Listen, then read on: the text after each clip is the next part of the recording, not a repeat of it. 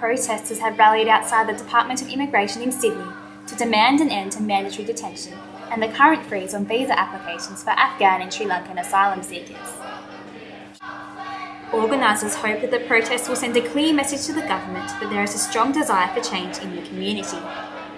On all Australians to stand up in solidarity with them to demand that refugees be freed right across Australia, that we don't lock up these innocent people in these horrible hellholes. The government policy do not reflect community opinion, and there are people in the community who will fight for their rights and fight for them to be properly processed.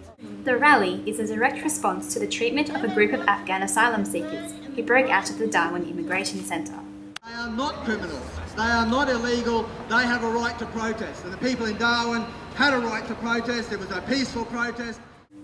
Newly elected Greens MP Adam Bandt has said he will introduce legislation to end mandatory detention and offshore processing of asylum seekers if a minority Labor government is formed under a deal with the Greens. However, neither Julia Gillard or Tony Abbott have indicated whether they would consider a softening of policy.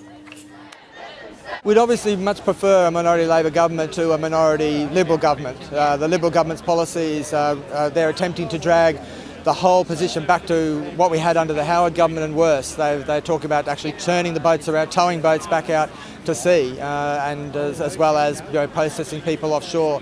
They really do represent the worst of the punitive days of the Howard government. The legality of offshore processing is set to be challenged in a test case brought to the High Court by 2 Sri Lankan asylum seekers last month. According to the United Nations High Commission on Refugees, last year Australia received 0.6% of the world's asylum seekers.